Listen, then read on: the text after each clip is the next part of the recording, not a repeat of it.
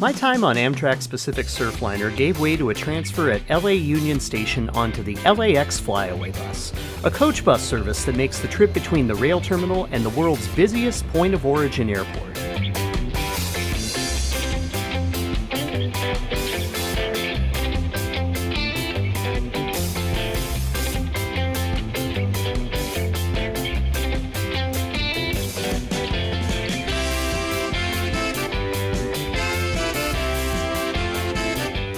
In addition to the Union Station route, another flyaway route exists between Van Nuys Airport and LAX. Salty. Both routes operate 24 hours a day with frequency ranging from 20 minutes at peak to hourly overnight. Being that the A-Line light rail train and LA Metro bus route connection took several hours from Union Station before, I was unsure as to how long to expect to wait in line for TSA, so I decided the nearly $10 per person fare aboard Flyaway would be worth it to catch my red-eye flight aboard United Airlines Boeing 777 aircraft to Chicago O'Hare Airport.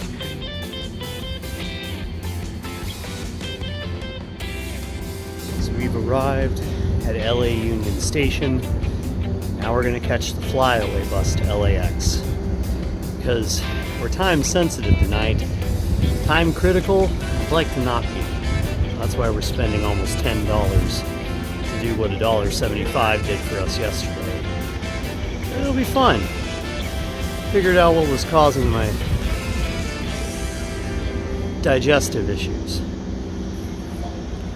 Fanny pack was too tight.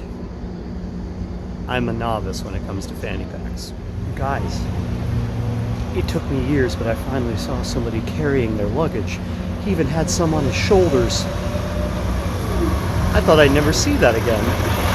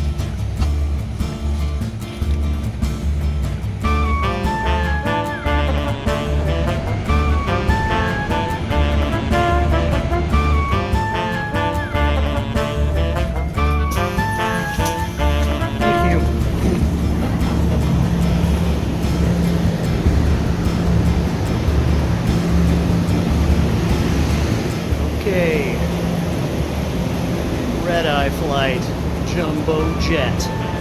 Here we come.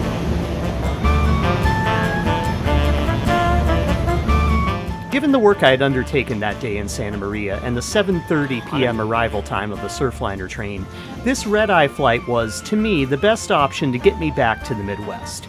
Another United flight departs 15 minutes prior to my almost midnight departure on the 777, but that earlier flight is aboard a 737-900 that I felt wouldn't provide quite as much potential comfort as in economy class as the almost 3 decades old wide-body aircraft could afford me. Also, I've never flown a wide-body aircraft. Sure, I toured 747s and Douglas DC-10 aircraft on the tarmac at MSP's annual Airport Days events back in the 90s, but for a fellow without a passport, it takes going out of one's way to get the chance to fly any wide-body aircraft domestically, and this flight afforded me the opportunity to do so, as well as to skip a night of good but overpriced sleep in a Los Angeles hotel, for the chance to fly what are increasingly becoming rare overnight flights nationwide. Though from the West Coast, United and Delta seem to offer such flights with their ungodly early morning arrival times to the points in the Midwest and East Coast at very attractive prices.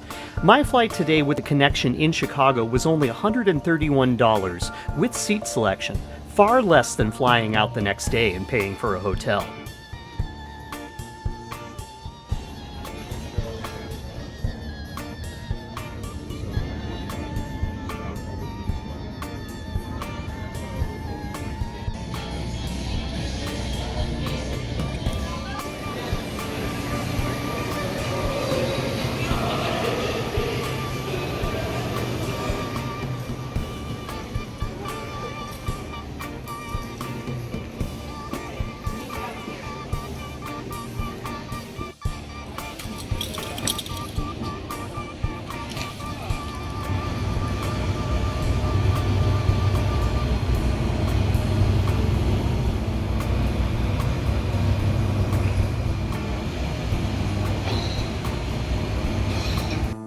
Don't want to ask what the bananas cost.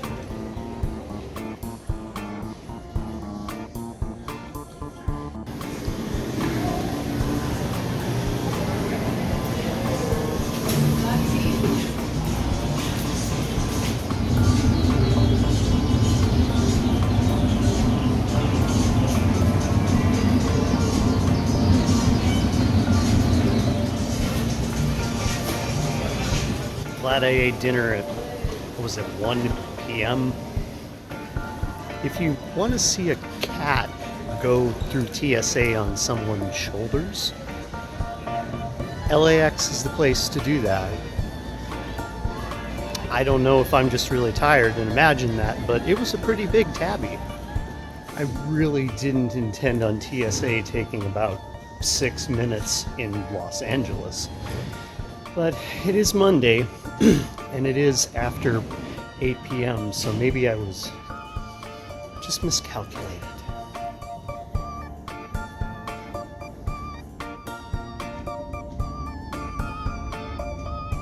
I like this corridor.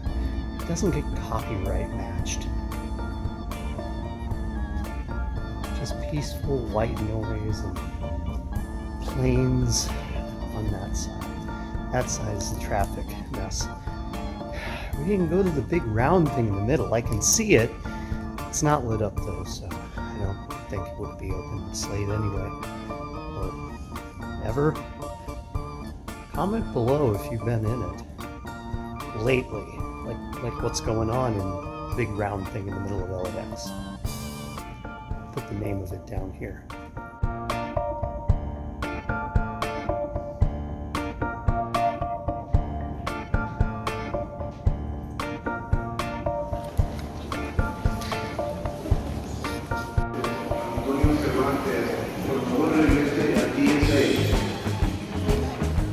This is where Airlines.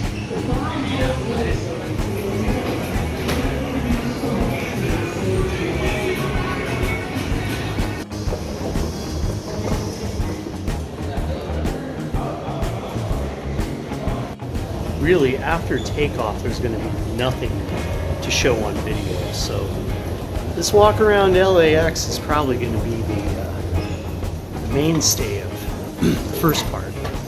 Once we get to Chicago, that'll be something else.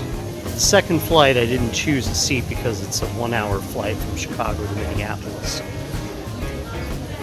Covering that is a lower priority. So far, I'd say the experience in the non-international terminal is preferable to the Tom Bradley terminal. There's just so many people there. So far, this corridor has been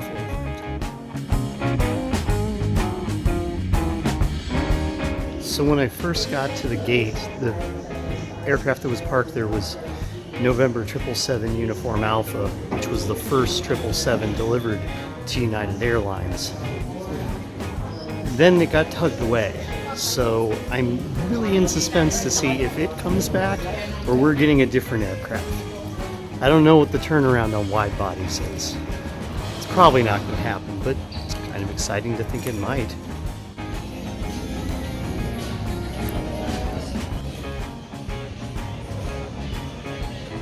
After catching up with Noel Phillips' newest travelogue video, I was taking on a disheveled look and a minor amount of drowsiness as it came time to board my flight.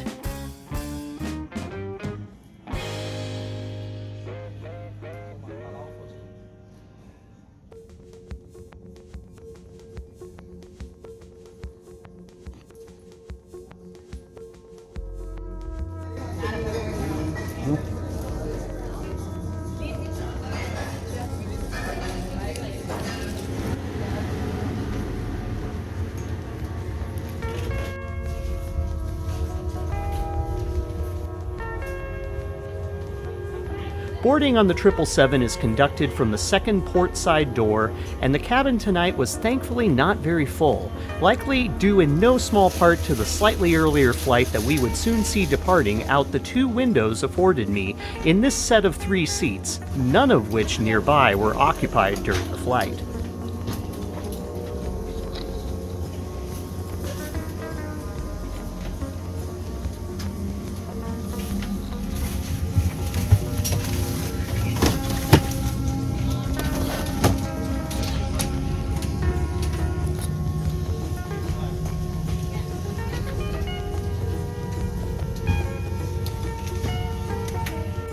No in-seat entertainment is available in economy class aboard this, a 777 configured for long-haul transcontinental and Hawaiian flights, with far more economy seats than lie-flat first-class seats up front, and no middle-tier business class seats to be seen. Though Economy Plus seating was plentifully offered, the sparsely better recline and greatly bought-up numbers I saw during booking convinced me the back section of economy would provide the best chance of anything like meaningful sleep aboard this short flight with roughly 3.5 hours flying time.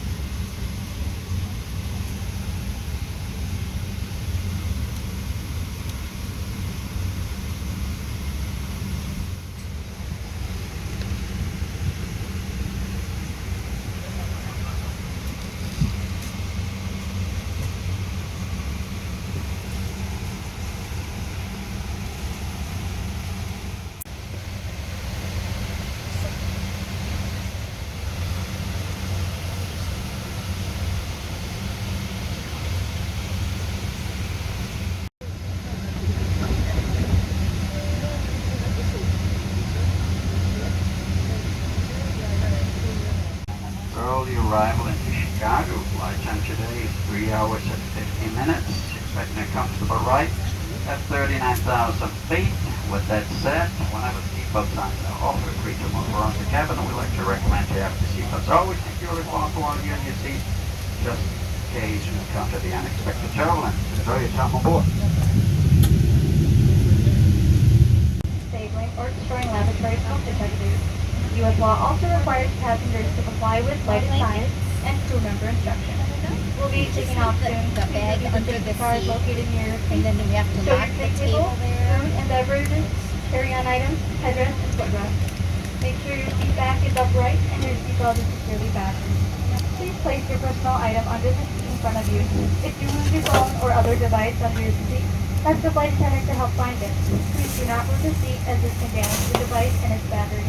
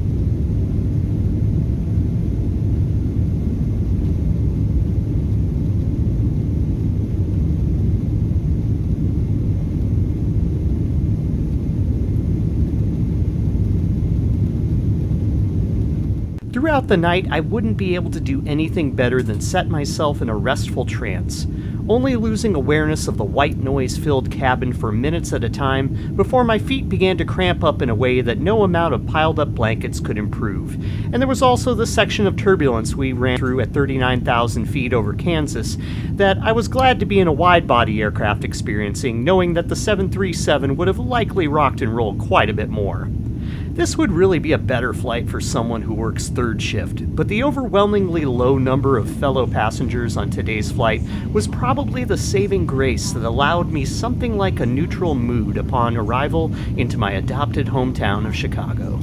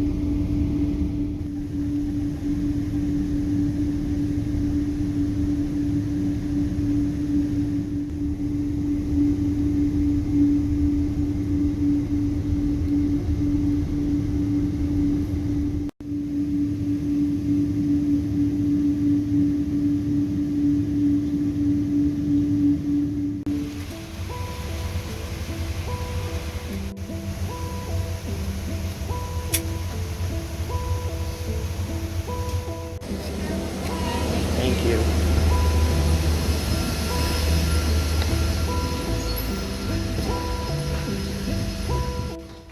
Coming into Terminal 1, I found a busy but dark corridor at O'Hare that had incoming folks from a number of long-haul and regional flights mixing together as the eateries and coffee shops began to open.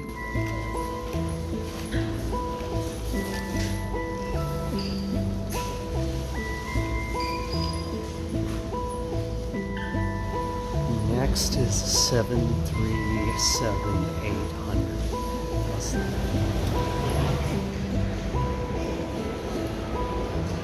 I had expected to meet my connecting flight further down this concourse, but through my haze of sleeplessness, I gathered that my flight to MSP had been moved to a gate in Terminal 2, the old Northwest concourse that I hadn't flown out of in over 8 years. If you've never experienced the light display in the tunnel on the moving walkway between Terminal 1's concourses after a sleepless night aboard your first wide-body jet flight, I can only say that it's not something I could likely sell to anyone but the cheapest aviation geeks with the most sheltered itinerary histories.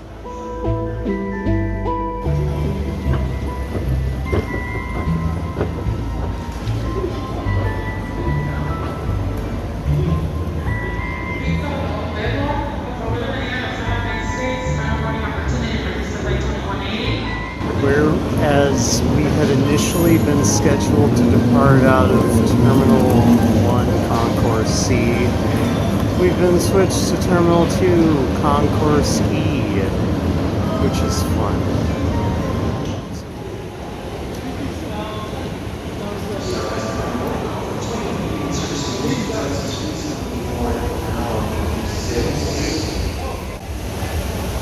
I feel ridiculous, but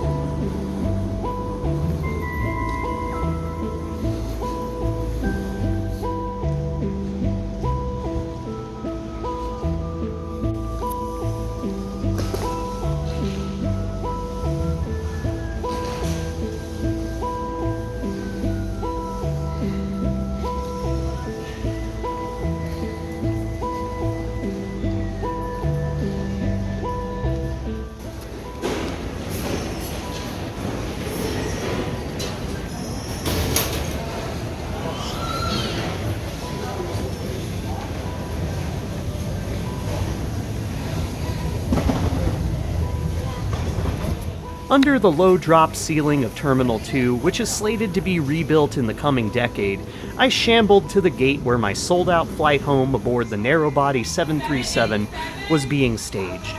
Much as I did in Dallas before, I had a middle seat and no ambition to record a full flight across a well-traveled Midwest corridor, so that's going to be all for today's flight report. It took me a while to rationalize, but I likely would take a red-eye flight like this again, though only if I was in need of significant cost savings and got myself thoroughly tired before I headed out. Thanks again for watching. I'll see you in the next video.